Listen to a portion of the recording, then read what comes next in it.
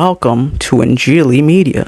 ہمارے ایک ویور فلپس خان نے ہمارے ساتھ ایک ویڈیو شیئر کیا اور درخواست کی کہ ہم اس موضوع پر ایک ویڈیو بنائیں جس سے اردو بولنے اور سمجھنے والے لوگوں کو اس اہم موضوع پر معلومات حاصل ہو سکیں۔ تو جناب فلپس خان، آپ کی ریکویسٹ کو پورا کرتے ہوئے ہم یہ ویڈیو بنا رہے ہیں۔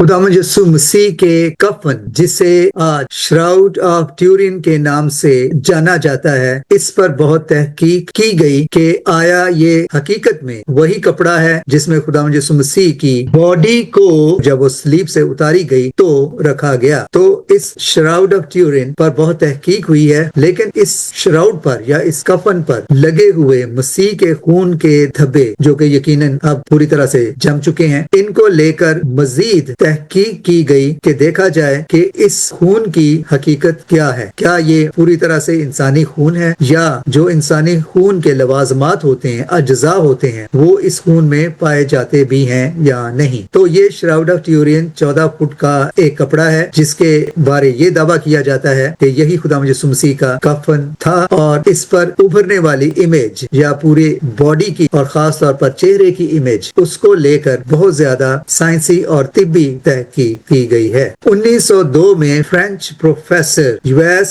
ڈیلیچ نے پہلی بار اس پر ہیومن اناٹمی یعنی کہ ہیومن انسانی جسم یا بدن کے حوالے سے تحقیق کی تاکہ دیکھا جائے کہ یہ کس قدر انسانی جسم کے ساتھ میچ کرتا ہے، اور اس پر جو خون کے دھبے یا زخموں کے نشان ہیں کیا وہ اسی طرح سے ہیں جیسے کہ انجیل مقدس میں خداوند یسوع مسیح کی مصلوبیت کے بارے میں بیان کیے گئے ہیں کہ کس طرح سے ان کے سر پر کانٹوں کا تاج رکھا گیا، کس طرح سے ان کی پسلی میں نیزہ چبھویا گیا۔ تو پروفیسر ویٹس ڈیلیچ نے ان ساری باتوں کو پوری طرح سے تحقیق کرنے کے لیے اس کفن کا، اس شراؤڈ کا بڑا گہرائی سے مطالعہ کیا۔ اس کے علاوہ اس کفن کا جو چہرے کا حصہ ہے جسے ویل آف ورونیکا کہا جاتا ہے، اس پر بھی تحقیق کی گئی کہ دیکھا جائے کہ چہرے پر آنے والے زخموں کی کیا حقیقت تھی، اور اس شراؤڈ پر جو امیج ابھر کر سامنے آئی ہے یا جس کا نقش اس کپڑے پر ہے، کیا وہ واقعی خداوند یسوع مسیح کے ان زخموں سے میچ کرتی ہے یا نہیں۔ تاہم اب ہم اس بات کو آگے لے کر چلتے ہیں کہ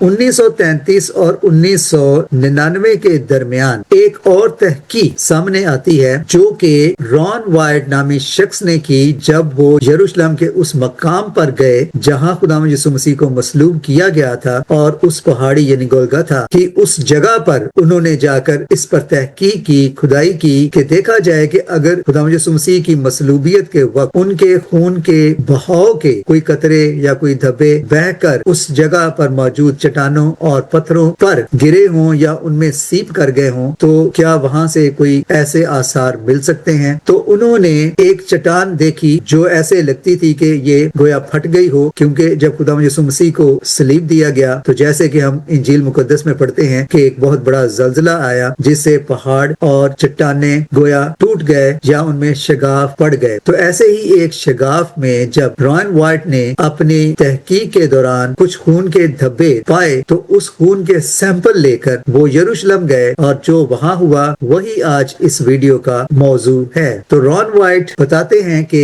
جب وہ اس خون کے سیمپل لے کر یروشلم گئے تو وہاں ایک لیبارٹری میں انہوں نے وہاں کے یہودی سائنسدانوں اور ڈاکٹروں اور ریسرچرز سے یہ درخواست کی کہ وہ اس خون کا مطالعہ کریں، اس کا ڈی این اے ٹیسٹ کریں اور اس کا ڈائگنوسس کریں، اینالائز کریں، اور وہ جس نتیجے پر پہنچتے ہیں وہ ریزلٹس وہ ان کے ساتھ شیئر کریں۔ تو اس لیبارٹری میں موجود جو وہاں کے سب سے بڑے سائنسدان یا ڈاکٹر یا ریسرچر، ان کا نام ہے رچرڈ رائیوز۔ تو ہوا کچھ یوں کہ جب اس لیبارٹری میں اس خون کو ٹیسٹ کیا گیا تو وہاں موجود جو ڈاکٹر تھے یا ریسرچر تھے یا لیب ٹیکنیشین تھے، انہوں نے رون وائٹ سے پوچھا کہ وہ اس خون کا مطالعہ یا اس پہ ریسرچ کیوں کرنا چاہتے ہیں۔ انہوں نے درخواست کی کہ میں منت کرتا ہوں کہ میری درخواست قبول کریں اور اس خون کا انالیسس کریں، کیونکہ میرے لیے یہ بہت اہم ہے۔ تو جب انہوں نے اس خون کو مائکروسکوپ کے نیچے رکھا اور اس کا انالیسس کیا تو وہ بڑے حیران رہ گئے کہ یہ خون گو کے بڑا پرانا یا ایک بڑے طویل عرصے سے جمع ہوا دکھائی دیتا ہے، لیکن جب انہوں نے اسے مائکروسکوپ کے نیچے رکھا تو دیکھا کہ یہ اتنا پرانا جمع ہوا خون ابھی بھی لائیو ہے، کیونکہ اس سے پہلے اسی طرح کے بہت سے ٹیسٹ اور خون کے سیمپلز پر کیے جا چکے تھے، جیسے فیروز فرعونوں کی ممیز میں سے خون کے سیمپل لیے گئے جو کہ ظاہر ہے ڈیڈ بلڈ ہو چکے ہیں۔ اس طرح سے کئی اور مشہور ہستیاں جن کے ڈیڈ باڈی سے خون کے سیمپل لے کر ان کا مطالعہ کیا گیا، لیکن چونکہ وہ سب ڈیڈ بلڈ تھے ان پہ کوئی خاص تحقیق اور اس تحقیق سے کوئی خاص ریزلٹس نہ نکل سکے۔ لیکن یہ سائنسدان دیکھ کر حیران ہوئے کہ یہ خون ابھی بھی لائیو ہے۔ دوسری بات جو یہ سائنسدان یا ریسرچر دیکھ کر حیران ہوئے یہ کہ عام انسانی خون میں 46 کروموزومز ہوتے ہیں جو کہ 23 ماں کی طرف سے اور 23 باپ کی طرف سے حاصل ہوتے ہیں۔ اس کے علاوہ 22 آٹوزوم ماں کی طرف سے اور 22 ہی آٹوزوم باپ کی طرف سے بھی حاصل ہوتے ہیں۔ لیکن یہ سائنسدان اور ڈاکٹرز اور ریسرچرز اور لیب ٹیکنیشین اس خون کے سیمپل کو اینالائز کرنے کے بعد حیران ہوئے کہ اس خون میں صرف 23 کروموزوم ہیں جو کہ ماں کی طرف سے ہیں، یعنی کہ ایکس کروموزومز، اور صرف ایک کروموزوم ہے جو کہ وائی کروموزوم ہے۔ لیکن کیا وہ باپ کی طرف سے ہے؟ نہیں۔ اس کروموزوم کو وہ آئیڈینٹیفائی کرنے میں ناکام رہے کہ اس کا سورس کیا ہے۔ تو گویا کہ خداوند یسوع مسیح کے بلڈ سیمپل میں سے 46 کی بجائے صرف 24 کروموزومز ہی دریافت ہوئے، 23 ماں کی طرف سے اور ایک کروموزوم ان نون سورس کی طرف سے۔ اب ظاہر ہے کہ ایسی صورتحال میں تو بچہ ماں کے پیٹ میں ڈیویلپ ہو ہی نہیں سکتا۔ جب ان یہودی سائنسدانوں اور ریسرچرز نے، ڈاکٹرز نے، لیب ٹیکنیشینز نے یہ حیرت انگیز ڈسکوری دیکھی تو انہوں نے رائن وارڈ سے پوچھا کہ یہ خون آپ کو کہاں سے ملا اور کس کا خون ہے، کیونکہ اس کے جو ریزلٹس ہیں ایسے ریزلٹس تو ممکن ہی نہیں۔ رائن وارڈ بتاتے ہیں کہ انہوں نے روتے ہوئے ان یہودی سائنسدانوں، ڈاکٹرز اور ٹیکنیشینز کو یہ بتایا، And then they said, whose blood is this? I said, it's the blood of your Messiah.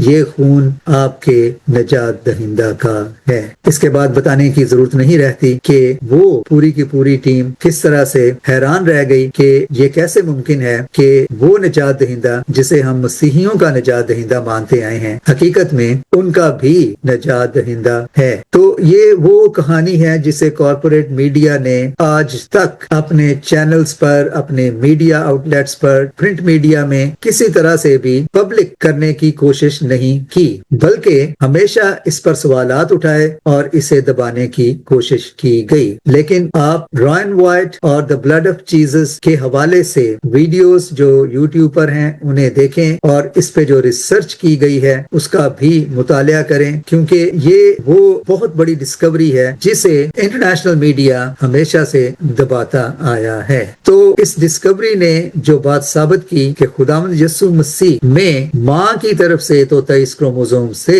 لیکن باپ کی طرف سے کوئی کروموزوم نہ تھا، اور جو ایک تھا وہ بھی ان نون سورس سے ہی ظاہر ہوتا تھا، کیونکہ خداوند یسوع مسیح کا کوئی زمینی باپ تھا ہی نہیں۔ اور اگر خداوند یسوع مسیح کا کوئی زمینی باپ نہیں تھا تو جیسے بائبل مقدس میں، انجیل مقدس میں لکھا ہے کہ پاک روح نے مقدسہ مریم پر سایہ کیا جس سے وہ حاملہ ہوئی، اور اس طرح سے خداوند یسوع مسیح اس دنیا میں کسی انسان کے بیٹے کی حیثیت سے نہیں بلکہ خدا کی قدرت سے پیدا ہونے والے خدا کے بیٹے کی حیثیت سے آئے، اور اسی لیے انہیں خدا کا بیٹا کہا اور مانا جاتا ہے۔ لیکن آخر میں ہم مسیحیوں کے لیے یہ ضروری نہیں کہ خداوند یسوع مسیح کے بلڈ یا ڈی این اے ٹیسٹ یا اس پہ جو انالیسس یا تحقیق کی گئی اس کے سبب سے ہم یہ ماننے پر مائل ہیں کہ خداوند یسوع مسیح خدا کے بیٹے ہی تھے۔ نہیں، ہم خداوند یسوع مسیح کو خدا کا بیٹا اس لیے مانتے ہیں کیونکہ انجیل مقدس میں انہوں نے اپنے کلام سے، اپنے معجزوں سے اس بات کی خود گواہی دی کہ وہ